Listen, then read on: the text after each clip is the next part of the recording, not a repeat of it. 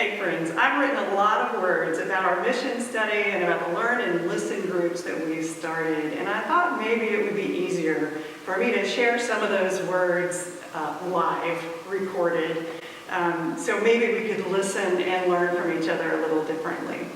One of the things that I'm hearing from folks that's a little bit of confusion that I wanted to sort out a bit is the difference between a mission statement and a mission study.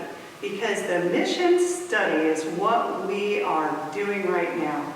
A mission study is a broad overview, bit of research and data gathering that helps us to understand a few things.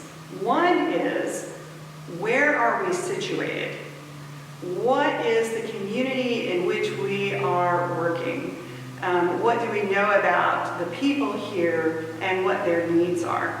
So I'm going to be doing some research to gather that kind of information about the parts of Brunswick County that we draw from, where our members are and where their neighborhoods are. Okay, so that's one bit of it.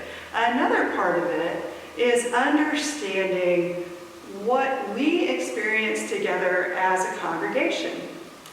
Who do we understand Shalom Presbyterian Church to be? And how do we understand what God is doing in us and through us right now? So then, we also need to understand and listen for what might God be calling us to do at the intersection of who we are and where we are. We have gifts and passions that can support the needs and hopes of the broader Brunswick County community, as that is what God calls us to do. And so when we discover what lies in that intersection, we will better understand what our mission as a church is. It's who we are and what we're called to do.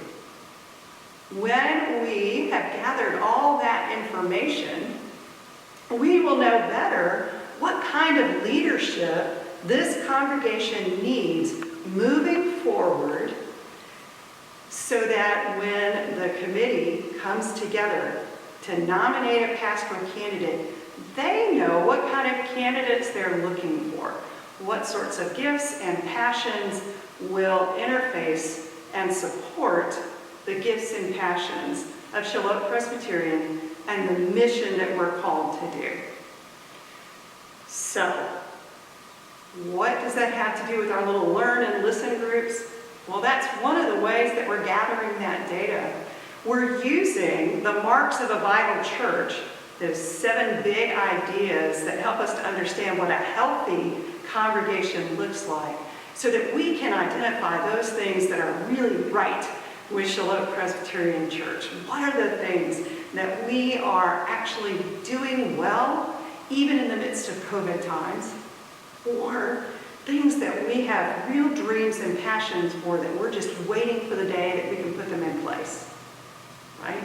And we also find those areas where it would be great for your new leadership to have some strengths that would shore up those areas that need help. So as we gather in the information from those groups and from the research that I'm doing, we'll have a better sense of what we need to express as we describe who we are, and what we need to find as you look for your next pastor. So, what we need is for as many people as we can to gather in our small groups and have these conversations so that we can learn from one another, listen for what each other has to say about our past and our present, and listen even more closely for what God has to say through our members and through our study and through our prayer for what the future has here for this congregation in this time. If you have questions about how to join one of those groups, you can call me or call Kathy at the church, reply to an email, and we'd be happy to do that. The groups that are meeting and the times and days are listed on our website. You can pop in and out of those groups But I do encourage you, if you can, to join your care group and get to know those folks and your elder and deacon through these times of learning and listening together. I will share more about this process as we go along, and I look forward to hearing from you.